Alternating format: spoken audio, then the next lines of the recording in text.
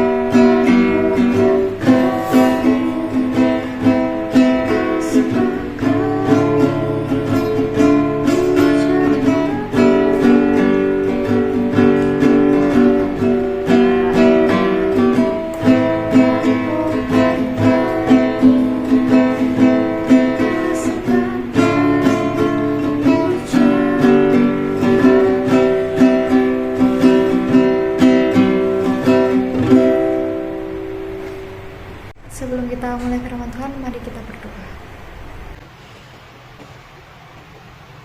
Bapa kami berada di dalam kerajaan surga, pada saat ini kami kembali menghadap hadirat-Mu. Kami ingin mengucap syukur dan terima kasih atas semua berkat dan hal baik yang telah Tuhan tambahkan dalam kehidupan kami.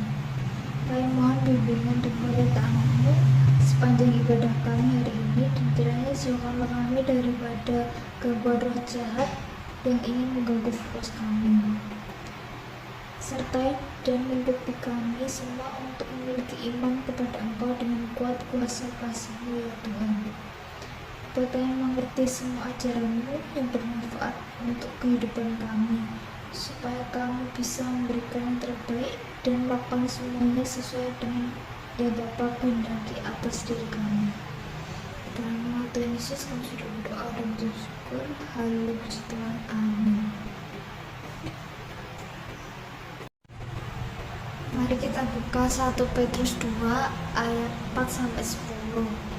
Ayat 4, dan datanglah kepadanya batu yang hidup itu, yang memang dibuang oleh manusia, tetapi yang dipilih dan dihormat di hadirat Allah. Ayat 5, dan biarlah kamu juga dipergunakan sebagai batu hidup untuk pembangunan suatu rumah rohani, bagi suatu imamat kudus, untuk mempersembahkan persembahan rohani yang karena Yesus Kristus berkenan kepada Allah. 6. Sebab ada tertulis dalam kitab suci, sesungguhnya aku meletakkan di Sion sebuah batu yang terpilih, sebuah batu penjuru yang mahal, dan siapa yang percaya kepadanya tidak akan dipermalukan. 7. Karena itu bagi kamu yang percaya ia mahal, tetapi bagi mereka yang tidak percaya, batu yang telah dibuang oleh tukang-tukang bangunan telah menjadi batu penjuru, juga telah menjadi batu sentuhan dan suatu batu sandungan. 8. Mereka tersandung padanya karena mereka tidak taat kepada firman Allah, dan untuk itu mereka juga telah disediakan. 9. Tetapi kamulah bangsa yang terpilih, imamat yang rajani, bangsa yang kudus, umat kepunyaan Allah sendiri, supaya kamu memberitakan perbuatan-perbuatan yang besar dari Dia yang telah memanggil kamu keluar dari kegelapan kepada terangnya yang ajaib. 10. Kamu yang dahulu bukan umat Allah, tetapi yang sekarang telah menjadi umat-Nya, yang dahulu tidak dikasihani, tetapi yang sekarang telah beroleh belas kasih. Tema khotbah kali ini adalah diselamatkan untuk memberkati. Tujuan orang Kristen diselamatkan ada dua. Pertama, agar kita bisa menjadi alat di tangan Tuhan untuk membangun gerejanya. Yang kedua, agar Tuhan dapat menggunakan kita untuk menjadi berkat bagi dunia ini. Nah, kedua tugas ini berjalan bersama-sama di dalam diri setiap anak Tuhan. Petrus menggunakan dua ilustrasi untuk menggambarkan kedua tugas Kristiani tersebut. Yang pertama, ilustrasi batu hidup menunjuk kepada tugas pembangunan tubuh Kristus, yaitu gereja, sebagai tugas Kristiani pertama yang ada di dalam 1 Petrus 2 ayat 5. Sebagaimana Kristus sudah menjadi batu penjuru bagi bangunan atau rumah rohani, demikian juga setiap anak Tuhan harus menjadi batu hidup untuk pembangunannya. Nah, dengan demikian Kristus adalah dasar persekutuan anak-anak Tuhan yang menjadi pengikat mereka menjadi satu. Persekutuan anak-anak Tuhan ini disebut juga imamat yang rajani. Istilah imamat yang rajani menunjuk kepada fungsi imam atau jembatan antara manusia dan Tuhan. Hal ini berarti setiap anak Tuhan adalah imam bagi sesamanya dan alat bagi orang yang belum percaya untuk mengenal Tuhan Yesus.